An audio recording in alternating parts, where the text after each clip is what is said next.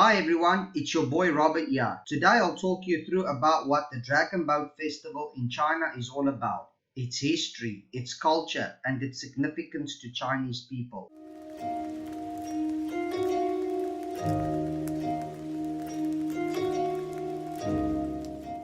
The Dragon Boat Festival is a traditional Chinese holiday which occurs on the 5th day of the 5th month of the Chinese calendar, which corresponds to late May or June in the Gregorian calendar.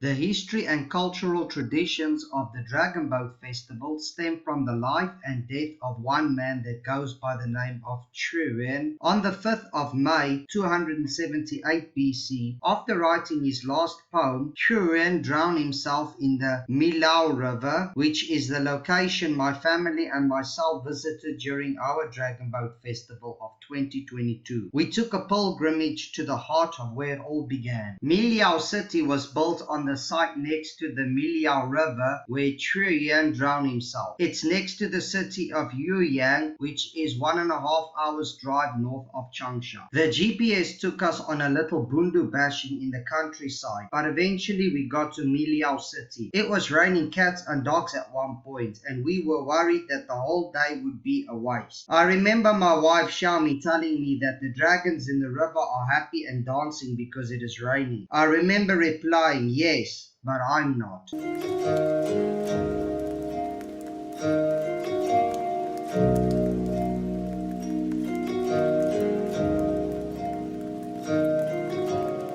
Yuan was born in the Chu Kingdom in 339 BC in what is now the Hubei province. He was born a member of the ruling house of Chu, a large state in the central valley of the Yangtze River. While still in his 20s, he was appointed a trusted favored counselor of his kinsman Hai Wang, the ruler of Chu. Yuan advocated the unpopular policy of resistance of Qin, the most powerful of the warring states, causing rival political competitors to plot against him. Since childhood, Yuan was intelligent and studious, knowledgeable about Shijiang Shi, clear in controlling chaos and adept at rhetoric, which was quite trusted by King Huai of Chu. In his 20s, he became a leftist, entering the country to discuss state affairs with Wang Chu and issuing orders. When they go out, they receive guests and deal with the princes. According to the situation at the time, he put forward progressive ideas such as manifesting the law, raising the meritocracy, reforming politics, and uniting to resist the Qin. Because his claims violated the interests of the nobles of the Chu state and were slandered by a group of traitors, King Huai alienated him. As a result, the Chu dynasty was corrupt, and King Huai was lured by the state of Qin, made a prisoner for 3 years, and imprisoned in Qin. After King Xiang succeeded to the throne, Zilan, the prince who has always opposed Yuan, made Lin Yin influential, and Yuan's status in the imperial court was lower and was exiled twice.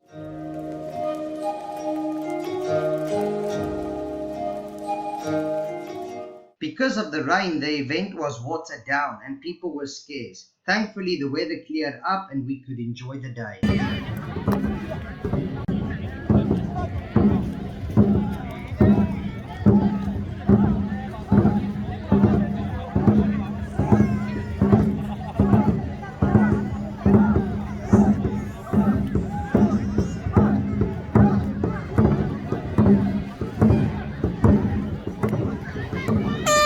Yuan was exiled for the first time in northern Han. The second exile was in the area of Zhongqing Lake, and finally reached the banks of the Miluo River, where he was said to have lived in Nanyangli and under the Yuling mountain for about 3 years. In 278 BC, the state of Qin captured the capital of the state of Chu, Yingdu, and Yuan was not only powerless to save the state of Chu from from its peril, but also deeply felt that his political ideals could no longer be realized. As Minister of Sanlu and Zhaozu, Xue Yuan was also in charge of internal and foreign affairs. He advocated his life to lift the talents internally, to cultivate the law, and to unite Qi against Qin. Later, because of aristocratic exclusion, was exiled to the Hunan Valley. The Dragon Boat Festival is said to be the anniversary of Xue Yuan's suicide at Kaishi, near Changsha. He wrote many immortal poems and became the founder of Chinese ancient romantic poetry. He created a new poetic genre, Chu Qi, based on the folklore songs of Chu. The main works are Li Sao, 9 chapters and 9 songs. In the poem, he expressed his frequent patriotism, his love for the state of Chu, and his unremitting pursuit of his ideal and his unrepentant spirit. The style of Chu Qi created by him is unique in the history of Chinese literature. It is called coquettish, with the Book of Songs, which has a positive influence on later poetry creation. Being the most talented poet of his time, Xue Yuan left us Li Sao, Suffering Thoughts, the most beautiful poem of all time according to some. He dedicated his whole life in helping the king to build his motherland stronger, but the king believed in slanders and punished Xue Yuan severely. On 278 BC, when the Chu state fell, it was excruciating to Xue Yuan. Though heartbroken to see his country being intruded, Xue Yuan never abandoned his faith and country. On the 5th of May in the Chinese lunar calendar, after writing down his last poem, Xue Yuan drowned himself in the Miluo River as a gesture of dying along with his motherland. After his tragic death, the Chu state was shrouded with grief. The fishermen rowed along the river to find his body, while one of them took out some cooked rice balls, throwing them into the river. He explained that as long as the fish were fed, they would not bite Mr. Chu's body. People in the area all followed his example. Gradually, rowing developed into a dragon boat racing, and rice balls, or tsangju, which is rice wrapped in a pyramid shape using bamboo or reed leaves, was passed down from generation to generation as a Chinese tradition.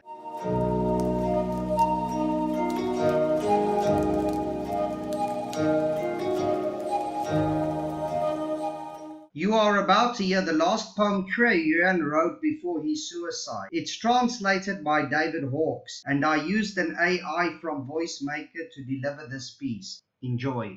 Scion of the High Lord Kaoyang, Po Young was my father's name. When Shiti pointed to the first month of the year, on the day of Gangyin, I passed from the womb. My father, seeing the aspect of my nativity, took omens to give me an auspicious name. The name he gave me was True Exemplar. The title he gave me was Divine Balance. Having from birth this inward beauty, I added to it fair outward adornment.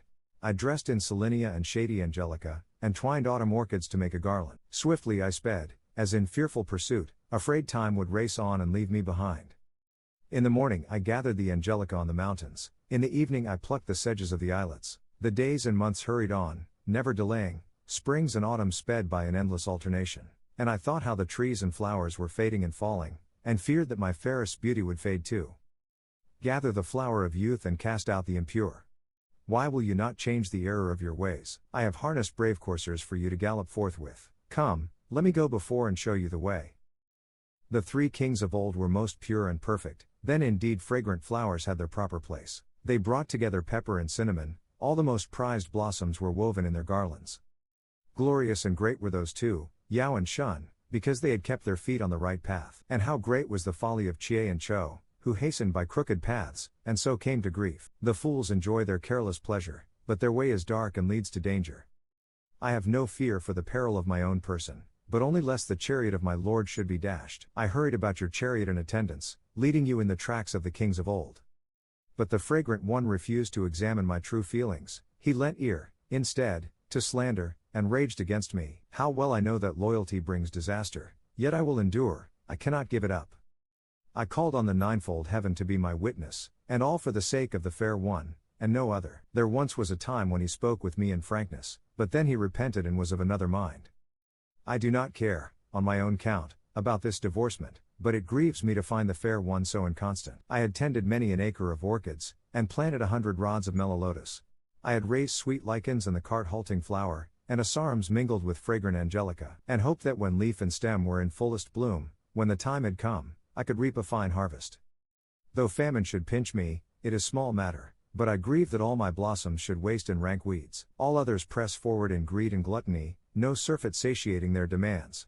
Forgiving themselves, but harshly judging others, each fretting his heart away in envy and malice. Madly they rush in the covetous chase, but not after that which my heart sets store by. For old age comes creeping and soon will be upon me, and I fear I shall not leave behind an enduring name. In the mornings I drank the dew that fell from the magnolia, at evening ate the petals that dropped from chrysanthemums. If only my mind can be truly beautiful, it matters nothing that I often faint for famine. I pulled up roots to bind the valerian and thread the fallen clusters of the castor plant. I trimmed sprays of cassia for plaiting melolotus, and knotted the lithe, light trails of ivy. I take my fashion from the good men of old, a garb unlike that which the rude world cares for. Though it may not accord with present-day manners, I will follow the pattern that Pang Sheng has left. Heaving a long sigh, I brush away my tears, grieving for man's life, so beset with hardships. I have always loved pretty things to bind myself about with, and so mornings I plaited and evenings I twine. When I had finished twining my girdle of orchids, I plucked some angelica to add to its beauty. It is this that my heart takes most delight in, and though I died 9 times, I should not regret it. What I do resent is the fair one's waywardness, because he will never look to see what is in men's hearts. All your ladies were jealous of my delicate beauty, they chattered spitefully, saying I loved wantonness. Truly, this generation are cunning artificers. From square and compass they turn their eyes and change the true measurement. They disregard the ruled line to follow their crooked fancies, to emulate in flattery is their only rule. But I am sick and sad at heart and stand irresolute, I alone am at a loss in this generation. Yet I would rather quickly die and meet dissolution before I ever would consent to ape their behavior. Eagles do not flock like birds of lesser species, so it has ever been since the olden time. How can the round and square ever fit together? How can different ways of life ever be reconciled? Yet humbling one's spirit and curbing one's pride, bearing blame humbly and enduring insults, but keeping pure and spotless and dying in righteousness, such conduct was greatly prized by the wise men of old. Repenting, therefore, that I had not conned the way more closely, I halted, intending to turn back again. To turn about my chariot and retrace my road I had advanced too far along the path of folly. I walked my horses through the marsh's orchid-covered margin, I galloped to the hill of pepper trees and rested there. I could not go into him for fear of meeting trouble, and so, retired, I would once more fashion my former raiment. I made a coat of lotus and water chestnut leaves, and gathered lotus petals to make myself a skirt. I will not longer care that no one understands me, as long as I can keep the sweet fragrance of my mind. Higher still the hat now that towered on my head, and longer the girdle that dangled from my waist. Fragrant and foul me lay in confusion, but my inner brightness has remained undimmed. Suddenly I turned back and let my eyes wander. I resolved to go and visit all the world's quarters. My garlands crowded blossoms, mixed in fair confusion, wafted the sweetness of their fragrance far and wide. All men have something in their lives that gives them pleasure, with me the love of beauty is my constant joy. I could not change this, even if my body were dismembered, for how could dismemberment ever hurt my mind? My new shoe was fearful and clung to me imploringly, lifting her voice up in expostulation. Gun in his stubbornness took no thought for his life and perished, as result, on the moor of Feather Mountain. Why be so lofty, with your passion for purity? Why must you alone have such delicate adornment? Thorns, king grass, curly ear hold the place of power, but you must needs stand apart and not speak them fair. You cannot go from door to door convincing everybody, no one can say, see, look into my mind. Others band together and like to have companions, why must you be so aloof? Why not heed my counsel? But I look to the wise men of old for my guidance. So singing, with a full heart, I bore her upbraidings, and crossing the Yuan and Xiang, I journeyed southwards till I came to where Chang Hua was and made my plaint to him. Singing the 9 songs and dancing the 9 changes, she of Xia made revelry and knew no restraint, taking no thought for the troubles that would follow, and so his 5 sons fell out, brother against brother. Ye loved idle roaming and hunting to distraction, and took delight in shooting at the mighty foxes. But foolish dissipation has seldom a good end, and Han Zhou covetously took his master's wife. Zhou's son, Zhao, put on his strong armor and wreaked his wild will without any restraint. The days passed in pleasure, far he forgot himself, till his head came tumbling down from his shoulders. Jia of Xia all his days was a king most unnatural, and so he came finally to meet with calamity. Zhou cut up and salted the bodies of his ministers, and so the days were numbered of the house of Yin. Tang of Shang and Yu of Xia were reverent and respectful, the house of Zhou chose the true way without error, raising up the virtuous and able men to government. Following the straight line without fear or favor. High God in heaven knows no partiality, He looks for the virtuous and makes them his ministers.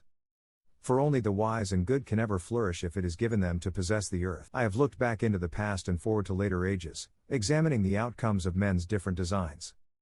Where is the unrighteous man who could be trusted? Where is the wicked man whose service could be used? Though I stand at the pit's mouth and death yawns before me, I still feel no regret at the course I have chosen. Straightening the handle, regardless of the socket's shape, for that crime the good men of old were hacked in pieces. Many a heavy sigh I heaved in my despair, grieving that I was born in such an unlucky time. I plucked soft lotus petals to wipe my welling tears that fell down in rivers and wet my coat front. I knelt on my outspread skirts and poured my plaint out, and the righteousness within me was clearly manifest. I yoked a team of jade dragons to a phoenix-figured car and waited for the wind to come, to soar up on my journey. In the morning I started on my way from Songwu, in the evening I came to the Garden of Paradise.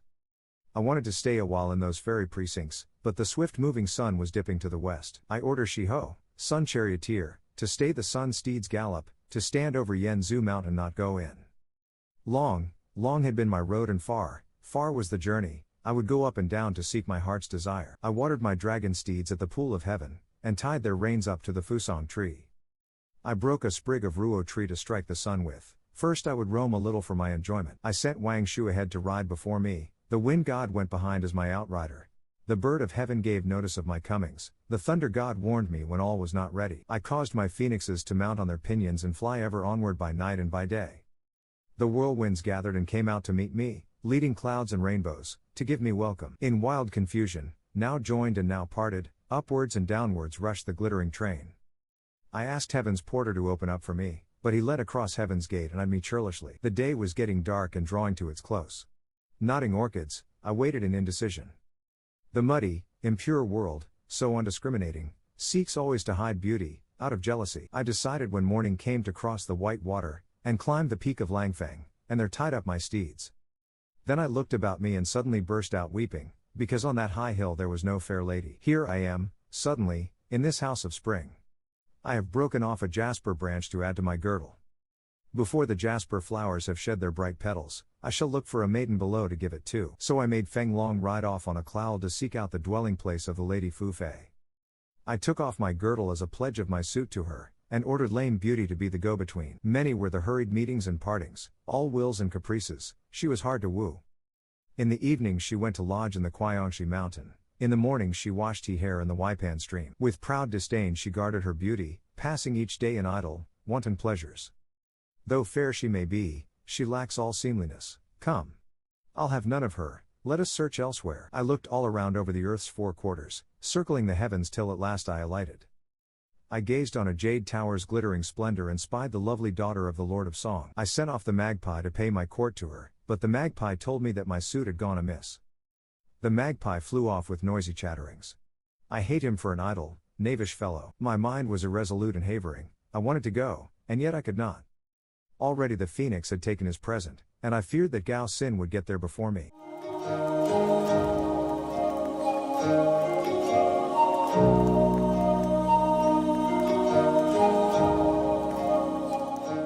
Unfortunately, there isn't enough time to finish the poem, but I'll add a link in the description for those who would like to read the rest. Personally, Miliao City wasn't that significant for me. However, the history and awe surrounding Churian is definitely touching. I hope you all enjoyed the video. Thanks for watching.